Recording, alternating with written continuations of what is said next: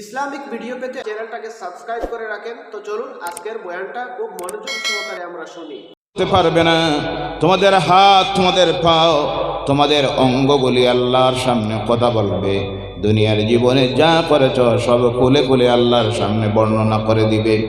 এই আয়াতের ব্যাখ্যার মধ্যে আসতেছি, শুধু অঙ্গ প্রত্যঙ্গ সাক্ষী দিবে তা নয়, মানুষের মুখ যখন আল্লাহ বন্ধ করে দিবেন সেই দিন এই সৃষ্টির সমস্ত মখলুকের জবান আল্লাহ সেই দিন খুলে দিবে। এই মাটির জবান আল্লাহ খুলে দিবে। ওই মাটি সেদিন মানুষের জন্য সাক্ষী হয়ে যাবে। আজকে যে এই মুহূর্তে এই জমিনের উপরে বসে আছেন, কিতাবের মধ্যে আসতেছে সেই দিন এই জমিন আল্লাহর সামনে গিয়ে হাজির হবে আর বলবে, আল্লাহ তোমার এই বান্দারা তোমার কালামের আলোচনা শোনার জন্য, তোমার ডরে আর ভয়ে জীবনের গুনাহ থেকে ক্ষমা পাওয়ার জন্য, কবরের আযাব থেকে বাঁচার জন্য, হাশরের ময়দানের কঠিন আযাব থেকে বাঁচার জন্য, দুজকের আযাব থেকে বাঁচার জন্য রব্বুল আলামিন তারা রাত্রির আরামের বিছানা হারাম করে দিয়া বসেছিল। আমি জমিন তোমার দরবারে আল্লাহ সাক্ষী দিতেছি আর আরজ করতেছি, ওই মানুষগুলির জীবনের গুনাহগুলি তুমি মাফ করে দাও। বলো সুবহানাল্লাহ। কি মর্যাদা মুমিনের, শেষ হয় নাই। এই আয়াতের ব্যাখ্যার মধ্যে আসতেছি, মানুষ জমিনের মধ্যে যে জায়গার মধ্যে দাঁড়িয়ে যখন নামাজ পড়তে গিয়ে যে জমিনটার উপরে দাঁড়ায়, দাঁড়ানির পর যখন সজদা দেয়, দিতে গিয়ে সজদার কপালটা যে জায়গার মধ্যে লাগে, নাক যে জায়গার মধ্যে লাগে, দুইটা হাত যে জায়গার মধ্যে লাগে, সজদা দিতে গিয়ে পায়ের আঙ্গুলের অগ্রভাগ যে জায়গার মধ্যে লাগে, কিয়ামতের দিন এই সমস্ত জায়গাগুলি আল্লাহর দরবারে বান্দার জন্য সাক্ষী হয়ে যাবে। বলে সুবহানাল্লাহ। এই আয়াতের ব্যাখ্যা আসতেছে, যখন কোনো নামাজি ব্যক্তি মারা যায়, কোন ব্যক্তি? নামাজি ব্যক্তি মারা যায়, 40 দিন পর্যন্ত সেই ব্যক্তি যে যে জায়গার মধ্যে নামাজ পড়েছিল, সজদা দিয়েছিল, সজদাকৃত জায়গাগুলি আল্লাহর দরবারে কান্দিতে থাকে আর আরজ করতে থাকে, আল্লাহ তোমার এই বান্দা জমিনে থাকা অবস্থায় আমার উপরে সজদা দিয়েছিল, তুমি আল্লাহ না দেখে আজকে তোমার বান্দা চলে গেছে অন্ধকার কবরের ভিতরে, আল্লাহ জমিন তোমার দরবারে সুপারিশ করতেছি, তোমার এই বান্দাটার জীবনের গুনাহ তুমি মাফ করে দাও। বলে সুবহানাল্লাহ, সুবহানাল্লাহ। ও আমার ভাইয়েরা, এই হলো মুমিনের মর্যাদা। মুমিন যেখানে দাঁড়ায় সেই জায়গা তার জন্য সাক্ষী হয়ে যায়। আল্লাহর ইবাদত করতে গিয়ে যে জায়গায় বসে ওই জায়গা তার জন্য সাক্ষী হয়ে যায়। যে জায়গায় বসে আল্লাহর রহমতের ফেরেশতারা যখন ইবাদত করতে বসে, আল্লাহর সৃষ্টির কুল মাখলুক তাদের জন্য আল্লাহর কাছে মাগফিরাতের দোয়া করতে থাকে। বলেন সুবহানাল্লাহ, সুবহানাল্লাহ। কি মর্যাদা আমাদের আল্লাহ পাক দিয়েছেন। ভাইয়েরা আমার, এই মুমিনেরা যখন জমিনের মধ্যে কলেমা পড়া মাত্র 1 নম্বরে তার যার সঙ্গে সম্পর্ক স্থাপন করতে হয়, দুনিয়ার সব কিছুর চাইতে যাকে ভালোবাসতে হয়, তিনি হলেন আল্লাহ। তিনি কে? 2 নম্বরে যার সঙ্গে সম্পর্ক স্থাপন করতে হয়, মহব্বত ভালোবাসা তৈরি করতে হয়, তিনি হলেন জনাবে মুহাম্মদুর রাসূলুল্লাহ সাল্লাল্লাহু আলাইহি ওয়াসাল্লাম। কেননা হলো ইমানের সম্পর্ক হলো ভালোবাসা আল্লাহ রাসূলের সঙ্গে যত আপনার বেশি হবে, মহব্বত হবে, ভালোবাসা হবে, ততই তুমি ইমানদার, তুমি মুমিন মুত্তাকি। আর যতক্ষণ আল্লাহ রাসূলকে ভালোবাসতে পারবেন না, ততক্ষণ পর্যন্ত আপনি ইমানদার হতে পারেন নাই, মুমিন হতে পারেন নাই। কারণ আল্লাহ রাসূল বলছেন, লা ইউমিনু আহাদুকুম হাত্তা আকুনা আহাব্বা ইলাইহি মিন ওয়ালিদিহি ওয়া ওয়ালাদিহি ওয়ান নাসি আজমাইন। সেই ব্যক্তি ততক্ষণ পর্যন্ত মুমিন হতে পারবে না যতক্ষণ না পর্যন্ত তার নিজের জান তার নিজের স্ত্রী ছেলে মেয়ে দুনিয়ার যা কিছু আছে সমস্ত কিছুর চাইতে আমি মুহাম্মদুর রাসূলুল্লাহকে ভালোবাসবে না, ততক্ষণ পর্যন্ত মুমিন হতে পারবে না। তার থেকে প্রমাণিত হয় মুমিনের 2 নম্বরে ভালোবাসা আল্লাহর পরে যার সঙ্গে স্থাপন করতে হয় তিনি হলেন জনাবে মুহাম্মদুর রাসূলুল্লাহ সাল্লাল্লাহু আলাইহি ওয়াসাল্লাম। 3 নম্বরে হলো ভালোবাসা সম্পর্ক যে জিনিসের সঙ্গে তার স্থাপন করতে হয় সেটা হলো আল্লাহর কালাম কোরআনুল কারীম। বলে সুবহানাল্লাহ। তার প্রমাণ মূল আলোচনায় চলে যাব ইনশাআল্লাহ। কিছু সময়ের ভিতরে আল্লাহ রাসূল সাল্লাল্লাহু আলাইহি সাল্লামের একজন সাহাবী যার নাম হযরতে সুমামা রাদিয়াল্লাহু তাআলা আনহু, যুদ্ধবন্দী হিসাবে সুমামাকে ধরে আনা হয়েছে। বুখারী শরীফের হাদিসে আসতেছে, আনার পর আল্লাহ রাসূল সাল্লাল্লাহু আলাইহি সাল্লাম নির্দেশ দিলেন সুমামাকে মসজিদের কোঠার সঙ্গে বেঁধে রাখো। কোঠার সঙ্গে বেঁধে রাখা হলো 3 দিন। কয়দিন? 3 দিন। আল্লাহ রাসূল প্রতিদিন যখন ফজরের নামাজ আসেন মসজিদে, নামাজ পড়ানোর পর সুমামার কাছে গিয়ে জিজ্ঞাসা করেন, সুমামা বলো তো তোমার ব্যাপারে কি সিদ্ধান্ত নেওয়া যায়? সুমামা তখন বলতেন, আপনি চাইলে আমাকে মুক্ত করে দিতে পারেন, আপনি চাইলে জরিমানা নিয়ে আমাকে ছেড়ে দিতে পারেন, আর আপনি চাইলে আমাকে হত্যাও করতে পারেন। আল্লাহ রাসূল কোনো জবাব দেন না। একদিন গেল, দ্বিতীয় দিন আবার সেই প্রশ্ন আল্লাহ রাসূল করেন, সুমামা সেই উত্তর দেন। তৃতীয় দিন আল্লাহ রাসূল যখন মসজিদে নামাজে আসেন, নামাজ শেষ করে সুমামাকে সেই প্রশ্ন করেন, তিনি আবার সেই উত্তর দেন। আল্লাহ রাসূল 3 নম্বর দিন সুমামা সেই উত্তর শোনা মাত্র বললেন, ও আমার সাহাবীরা, সুমামার হাতের বাঁধন খুলে দাও, সে যেন চলে যায়। বলে সুবহানাল্লাহ। হাতের বাঁধন খুলে দেওয়া হয়েছে। সুমামা বাইর হয়ে রওনা করেছেন। হাদিস শরীফের মধ্যে আসতেছে, কিছু দূর জায়গা যাওয়ার পর হঠাৎ ওনার মনের মধ্যে আসলো, আমি কার দরবার থেকে চলে যাচ্ছি, কোন জায়গাটার থেকে আমি চলে যাচ্ছি? আহারে, আমি তো মারাত্মক ভুল করতেছি। আমি 3 দিন থাকলাম এই জায়গায়, দিবারাত্রি আমার খাবারের প্রয়োজন যখন হলো তারা খাবার দিল, পেশাব পায়খানায় যাওয়ার প্রয়োজন হলো তাও দিল। আমি অবাক হলাম, মুহাম্মদ সাল্লাল্লাহু আলাইহি সাল্লাম একজন মহামানব, এমন মানব যতক্ষণ আমি ওনার চেহারার দিকে চেয়ে বসে থাকতাম দুনিয়ার সব কিছু আমি ভুলে যাইতাম। বলে সুবহানাল্লাহ। তারপর কি ব্যবহার ওনার আমি দেখলাম। উনি তো চাইলে আমাকে হত্যা করতে পারতেন, জরিমানাও নিতে পারতেন, কিছু না নিয়ে যে মানুষ আমাকে মুক্ত করে দিলেন, যাদের বিরুদ্ধে আমি যুদ্ধের ময়দানে এসেছিলাম তাদেরকে হত্যা করার জন্য, সেই মহামানব আল্লাহর নবী ছাড়া আর কিছুই নয়। বলেন সুবহানাল্লাহ। তিনি হাদিসে আসতেছে, একটা খাজুরের বাগানে গিয়ে বসে, খাজুরের গাছে হেলান দিয়ে বসে চিন্তা করলেন, বললেন ভুল হচ্ছে আমার, আমি ফিরে যাই। সঙ্গে সঙ্গে কিনারে একটা কুয়া ছিল, কুয়ার মধ্যে গোসল করলেন, তারপর ওযু করলেন, করে আবার মসজিদের দিকে রওনা করেছেন। মসজিদুন নববীর দরজার মধ্যে গিয়ে যখন হাজির হয়ে গেছেন, আল্লাহ রাসূলের সাহাবীরা মনে মনে ভাবেন 3 দিন এই মানুষটাকে বেঁধে রাখা হয়েছিল, মনে হয় তার প্রতিশোধ নেওয়ার জন্য আস্তে আস্তে আবার মসজিদে আসতেছে। রাস্তা আটকাইয়ে দিলেন। আল্লাহ রাসূল বলেন, আমার সাহাবীরা সুমামাকে আসতে দাও, তার রাস্তাটা ক্লিয়ার করে দাও।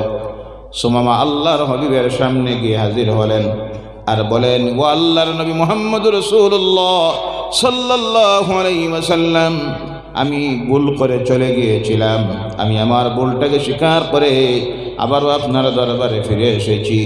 আপনি আপনার নূরানি হাতটা আমার হাতের মধ্যে রেখে আমাকে একটা বার পড়াইয়া দেন, লা ইলাহা ইল্লাল্লাহু মুহাম্মাদুর রাসূলুল্লাহ, লা ইলাহা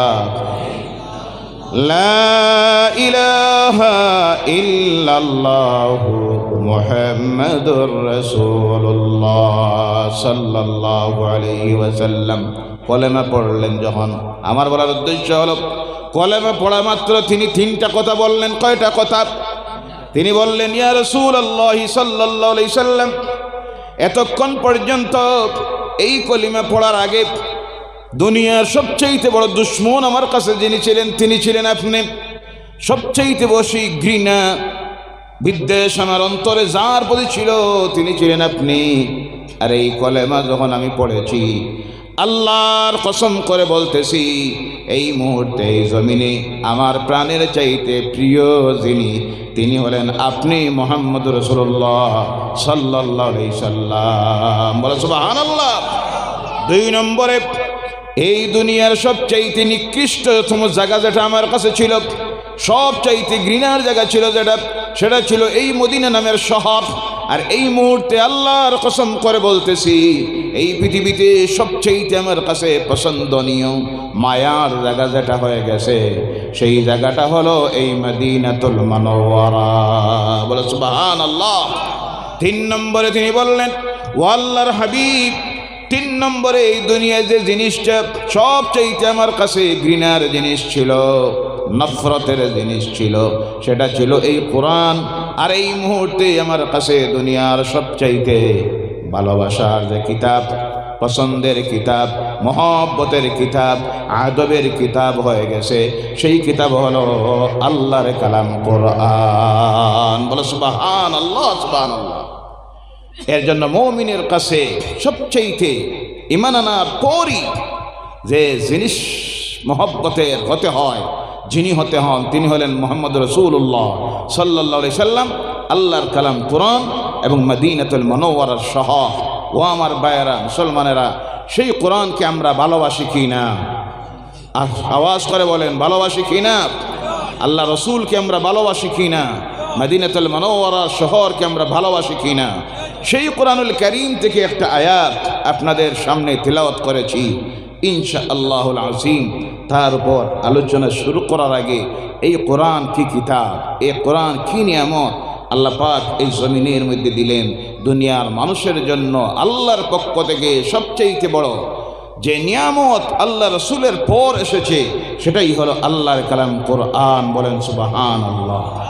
এটা সাধারণ দুনিয়ার অন্যান্য ধর্মগ্রন্থের মতো একটা ধর্মগ্রন্থ নয়।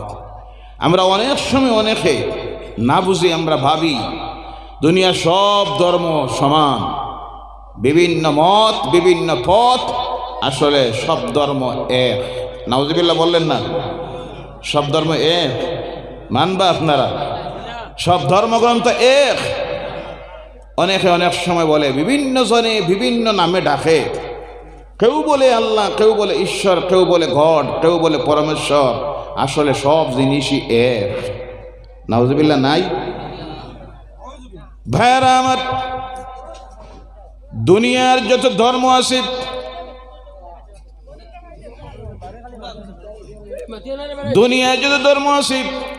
সমস্ত ধর্মগ্রন্থগুলি দুনিয়ার মানুষের নিজ হাতের তৈরি। অনুরূপভাবে যত ধর্মগ্রন্থগুলি জমিনের মধ্যে আছে সমস্ত হলো দুনিয়ার মানুষের নিজ হাতের তৈরি। একটা মাত্র ধর্মগ্রন্থ আল্লাহর পক্ষ থেকে পৃথিবীতে এসেছে, একটা মাত্র ধর্ম আল্লাহর পক্ষ থেকে সিলেকশন দেওয়া হয়েছে, একটা মাত্র ধর্ম এবং ধর্মগ্রন্থ কমপ্লিট পৃথিবীর মানুষের জন্য জীবন ব্যবস্থা হিসাবে দেওয়া হয়েছে। যেই কথা আমার কথা নয়, যেই কথা স্বয়ং আল্লাহ পাক তার কালাম কোরআনুল কারীমে দুনিয়ার মানুষকে জানাইয়ে দিতেছেন।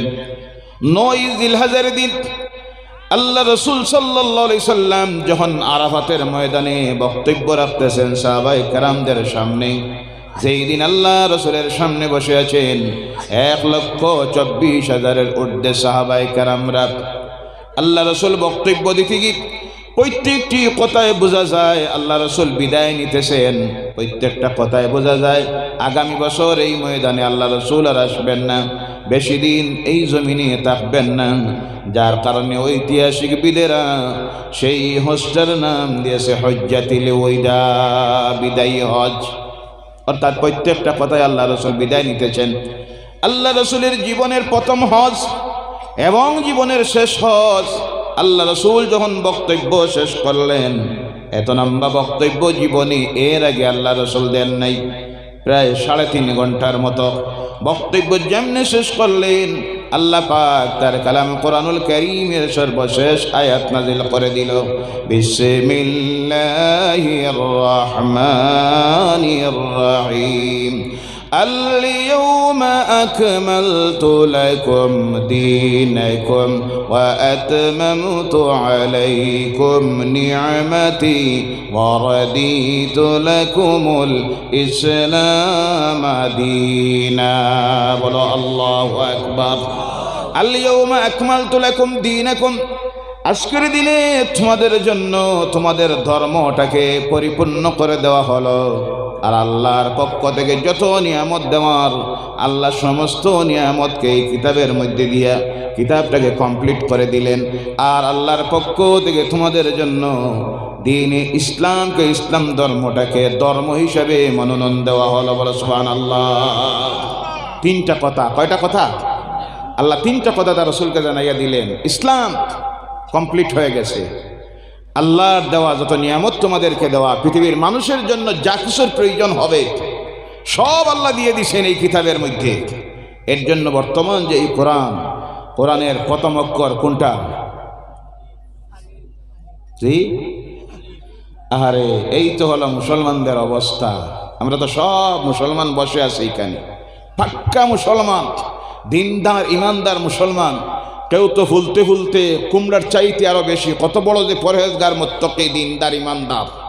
তো কোরআনুল কারীমের প্রথম অক্ষর আমরা জানি না। বর্তমান যে কোরআন আমাদের কাছে আছে এই কথাটাও জানি না। এই হলো সবচেয়ে বড় মারাত্মক ভুল আর অসুবিধা। এর সঙ্গে সম্পর্ক ছিন্ন হওয়ার কারণে আজ এই জাতির এই অবস্থা হচ্ছে। এমন কোনো নাফরমানি বাকি নাই, সব ঢুকে গেছে প্রত্যেকটা ঘরে, প্রতি মহল্লায়, সমাজের রন্দে রন্দে এমন কোনো আল্লাহর নাফরমানি বাকি নাই, সব ঢুকে গেছে আমাদের মধ্যে। তার কারণ হলো আমাদের মধ্য থেকে বিদায় নিয়েছে আল্লাহর কালাম কোরআন। কোরআনুল কারীমের বর্তমান কোরআনুল কারীমের প্রথম অক্ষর হলো বা। কোনটা? কোয়ার বাদে কইতে শরম লাগে না? আওয়াজ করে বলেন না। কোরআনের এক অক্ষর বললে কত নেকি? ইউয়াজও জানা নাই? 10 নেকি, বলেন সুবহানাল্লাহ। 10টা গুনাহ আল্লাহ মাফ করে দেয়, বলেন সুবহানাল্লাহ। 10 বার আল্লাহর পক্ষ থেকে রহমত নাজিল হয়, সুবহানাল্লাহ নাই? সেই কালাম আল্লাহর কালাম কোরআন। তার প্রথম অক্ষর হলো বা, শেষ অক্ষর হলো সিন, অর্থাৎ বাস, এনাফ, যথেষ্ট। আল্লাহ বুঝাইয়া দিতেছেন এই কোরআনের ভিতরে যা দিয়েছি সব পৃথিবীর মানুষের জন্য যথেষ্ট, আর কিছুর প্রয়োজন নাই। এর জন্য এই কোরআনুল কারীমের পরিবর্তন নাই, সংশোধন নাই, সংযোজন নাই। যা আল্লাহ দিয়েছেন সেমনি আছে, সেইভাবে কিয়ামত পর্যন্ত থাকবে। দুনিয়ার কোনো মানুষ পরিবর্তন করতে পারবে না, সংশোধনের কোনো সংস্থানও নাই, সংযোজনেরও কোনো সুযোগ নাই। কেননা আল্লাহ নিজে বলতেছেন আমি আমার সব নিয়ামতকে কমপ্লিট করে দিয়েছি, বলে সুবহানাল্লাহ। আর তোমাদের জন্য আল্লাহর পক্ষ থেকে দ্বীনে ইসলামকে ধর্ম হিসাবে মনোনীত করে দেওয়া হলো। এই আয়াত আল্লাহ নাযিল করলেন তার কালাম কোরআনুল কারীমের সর্বশেষ আয়াত। এই কোরআন এমন এক কিতাব আল্লাহ পাক দিলেন দুনিয়ার মানুষ শান্তি পাওয়ার জন্য, আর তার মনের শান্তি, অন্তরের শান্তি, সমাজের শান্তি, রাষ্ট্রের শান্তি, সমস্ত শান্তি পাওয়ার জন্য আল্লাহর পক্ষ থেকে যে গাইড বুক দেওয়া হয়েছে তার নাম হলো কোরআনুল কারীম। এর জন্য এই কোরআন নাযিল করে আল্লাহ বলছেন এই কোরআনের মধ্যে কি দিয়েছি শোনো, ওয়ানুনাজ্জিলু মিনাল কুরআনি মা হুয়া শিফাউন ওয়া রাহমাতুল লিল মুমিনিন। বলো আল্লাহু আকবার। নাজিল করেছি কোরআন, আর এর মধ্যে দিয়েছি দুনিয়ার সব রোগের ঔষধ। সুবহানাল্লাহ বলেন। দুনিয়ার সব রোগের ঔষধ আর শান্তি দিয়েছি মুমিনদের জন্য। কার জন্য? মুমিনদের জন্য শান্তি। আজকে এই কোরআনকে যারা ধর্মগ্রন্থ হিসেবে মেনেছি, অনুসারী হয়েছি, দেখা যায় এরাই সবচাইতে পৃথিবীতে আজকে অশান্তিতে নির্যাতিত, লাঞ্ছিত, বঞ্চিত, শোষিত, মৌলিক অধিকার থেকে, ফান্ডামেন্টাল লাইফ যাকে বলা হয়, তার থেকে বঞ্চিত, তৎসঙ্গে সাংবিধানিক অধিকার থেকে গোটা বিশ্বে বিভিন্ন রাষ্ট্রে তাদেরকে বঞ্চিত করা হচ্ছে। তার কারণ কি? তারা কেন এত অশান্তিতে পড়ল? আল্লাহ বলছেন এই কোরআন তো দেওয়া হলো মুমিনদের জন্য শান্তি, আর যে মুমিনের ঘরে আছে এই কোরআন, আবার তাদের মধ্যে নাই শান্তি, নাই তার পরিবারে শান্তি, নাই তার সমাজে শান্তি, নাই সেই রাষ্ট্রে শান্তি। তার কারণ হলো আমরা এখন পর্যন্ত মুমিন হতে পারি নাই। ও আমার ভাইয়েরা, একটা মাত্র প্রমাণ দেখ, আমরা কি মুমিন না আমরা ফাসিক? আমরা কোন দফতরে? এক একটা মহল্লায় নামাজিদের সংখ্যা হলো, নামাজ যাদের উপরে ফরজ, নামাজ যাদের উপরে ফরজ তাদের সংখ্যা হলো 200। কয়শো? জি, মসজিদের নামাজের জামাতে হাজির হইল 5 জন। আলহামদুলিল্লাহ, কোনোটা নাই? আচ্ছা, আপনাদের অবস্থা বেশ বালা নয়, আব্বাবে বোঝা যায়। জি, কোনোটাও নাই। বলেন নাউজুবিল্লাহ। এই যে বাকি যারা, এরা মুমিন। জি, 200-র মধ্যে 5 জন নামাজে হাজির, 195 জন মুমিন। আপনারা ফতোয়া কিছু দেন না, এখন তো সবে ফতোয়া জানে, সবে মাসলা দিতে পারে, মাসলার আর অভাব নাই। জি ভাইরা আমার, আরো অবস্থাটা দেখেন, কোন অবস্থায় গিয়ে আমরা পৌঁছেছি। কেন শান্তি বিদায় হলো? ওয়াজের মাহফিলে ওয়াজ চলতেছে, বিভিন্ন জায়গায় মাহফিলে যখন বক্তব্য রাখি, এমন মাহফিল আছে 2 দিন 3 দিন ব্যাপী তাফসীরুল কোরআনের মাহফিল হয় বিভিন্ন জায়গায়। বক্তব্য যখন রাখি সামনে নাই করে 8 থেকে 10,000-এর মতো শ্রোতারা উপস্থিত থাকে। কোনোদিন দেখা যায় এমন অবস্থা হয়, এশার নামাজের আজান দেওয়া হইল, সভাপতি ঘোষণা দিলেন এইমাত্র এশার নামাজের আজান হবে বা জামাত নামাজ হবে, নামাজের পর বক্তা বক্তব্য রাখবেন। যখন এই ঘোষণা দিতেছেন, প্যান্ডেলের ভিতরে বসে আছে না ইয়ে করেও 5,000। কয় হাজার? 5,000। নামাজের জামাত আরম্ভ হইল, নামাজের জমাতে গিয়ে উপস্থিত হইল 200। কোনোটা নাই? জোরে বলেন নাউজুবিল্লাহ। কয়শো? 200। উপস্থিত কত? 5,000। ওয়াজের মাহফিলে বসলো, আজান হইল, আস্তে আস্তে বারোইয়া মার্কেটে গেল, রাস্তায় গিয়ে দাঁড়াইল, আবার অপেক্ষা করে ওয়াজ যখন শুরু হইতো, আবার প্যান্ডেলে এসে ঢুকলো, ওয়াজ শুনলো। আপনারা ইনসাফের সহিত বলুন, এই যে যারা ইয়া ভাই রয়ে গেল, আজান শুনলো, নামাজের জামাতে শরীক হইল না, এরা কোন ধর্মের মানুষ? জি, এরা কোনো ধর্ম নাই না আছে? জি, কথা বুঝুন না আপনারা। এরা হিন্দু ধর্মের না নাস্তিক, ইহুদি, নাসারা, কাফের, মুশরিক? কোন ধর্মের? ইসলাম ধর্মের। ইসলাম ধর্মের হলে তো আজান শোনা মাত্র তার উপরে ফরজ হলো আল্লাহর কুদরতের কদমে লুটিয়ে পড়া। কথা ঠিক কিনা? এরা কোন ধর্মের? এই যদি হয় অবস্থা, আজকে কোথায় গিয়ে পৌঁছেছে এই জাতির অবস্থা? এই অবস্থার মুসলমান আজকে শতকরা 95%। কথা ঠিক কিনা? এই অবস্থার নামদারি তথাকথিত মুসলমান, ভোটার লিস্টের মুসলমান যদি হয়, আর এদেরকে দিয়ে যদি আল্লাহ জালিমদেরকে দিয়ে এরা যদি ফুটবল খেলাই লয়, আল্লাহর কোনো অসুবিধা আছে? নাই।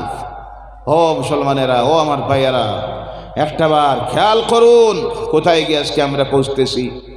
এই অধঃপতনে যাওয়ার 1 নম্বরের কারণ হলো আল্লাহর কালাম কোরআনুল কারীম, যে কিতাব আল্লাহ আমাদের মধ্যে দিয়েছেন, সেই কিতাব কি কিতাব, এর মধ্যে কি নিয়ামত, কি আলোচনা আল্লাহ করেছেন তা আমরা জানি না, আমরা বুঝি না।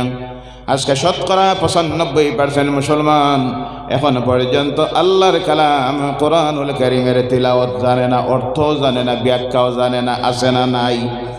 এই যদি হয় একটা মুসলমানের অবস্থা, তাহলে তার চরিত্র আমল কেমন হবে তা কিছু অনুমান করা যায়নি না? না কারণ আল্লাহ পাক বলছেন এই কোরআনটাকেই তো দিয়েছি তাদের জন্য ঔষধ, আর এই কোরআন দিয়েছি তাদের জন্য রহমত আর শান্তি।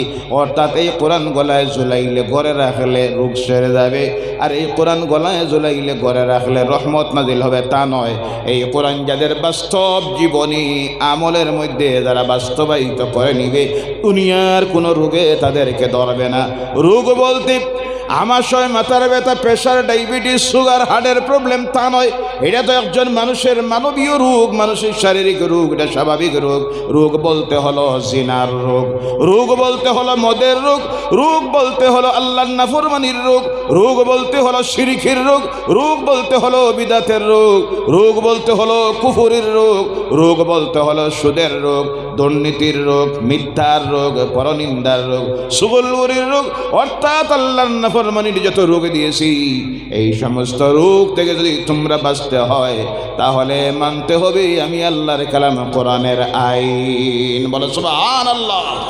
আর যখন তোমরা এই কোরআনের উপর বাস্তব তোমাদের আমলটা হয়ে যাবে, কোরআন দিয়ে তোমার জীবন পরিচালিত করবে, তোমার ঘরটা চলবে, তোমার সমাজ চলবে, তোমার রাষ্ট্র চলবে, সেই রাষ্ট্রে, সেই সমাজে, সেই পরিবারে, সেই ব্যক্তির মধ্যে আসবে শান্তি আর শান্তি। বলো সুবহানাল্লাহ।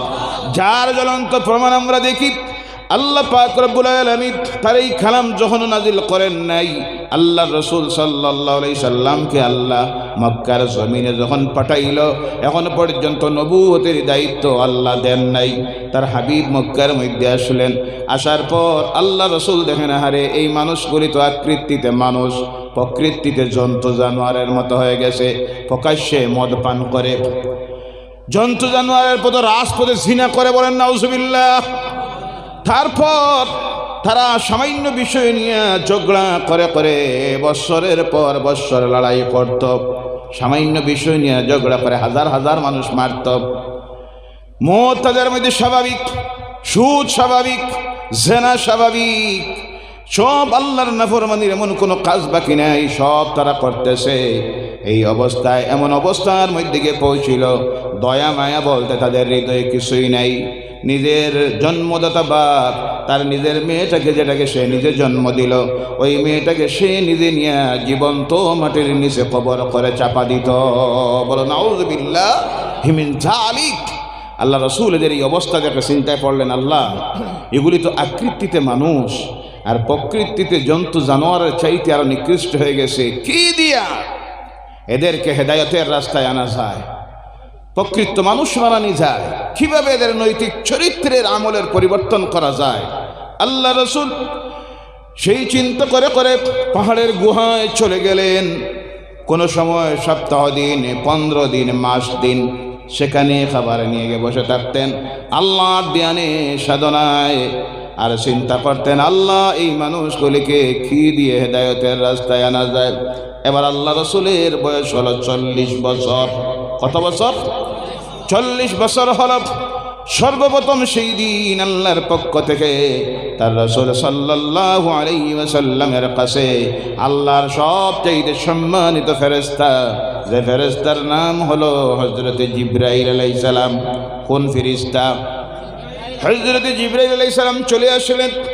আসে আল্লাহ রসুলের কাছে 1 নম্বরে বললেন, হে আল্লাহর নবী, আপনি যে চিন্তা করতেছেন এই মানুষের অবস্থা নিয়ে, এই মানুষের পরিবর্তন আনতে হলে 1 নম্বরে তাদের ভিতরে ঢুকাইয়া দিতে হবে আল্লাহর বিশ্বাস। কার বিশ্বাস?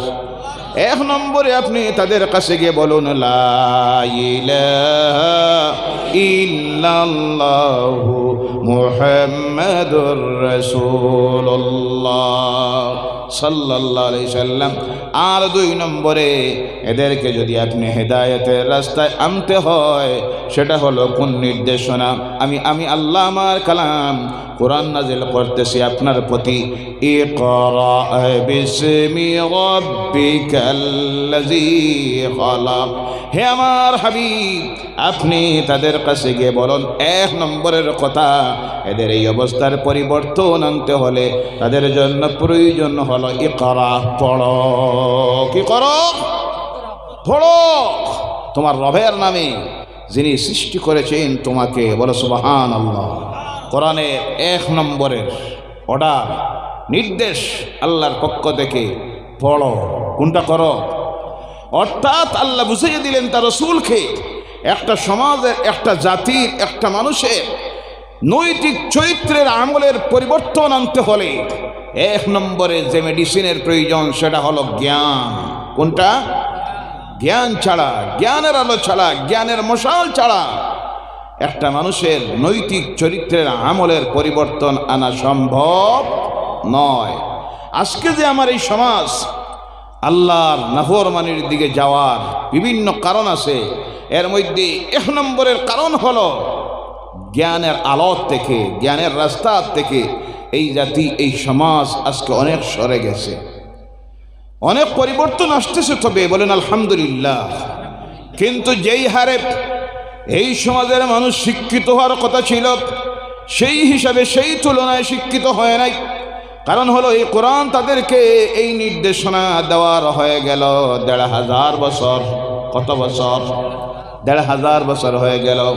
ও আমার ভাইয়েরা ও মুসলমানেরা, আজকে জ্ঞানের দিক দিয়া এই রাষ্ট্রের এক সমীক্ষায় দেখা গেছে, আমরা যেই দেশে বসবাস করতেছি সেই দেশের এক সমীক্ষা রিপোর্টে দেখা গেছে সবচাইতে শিক্ষার হারে যে জাতি এখনো সবচেয়ে পিছনে তারা হলো মুসলমান। বলেন নাউজুবিল্লাহ।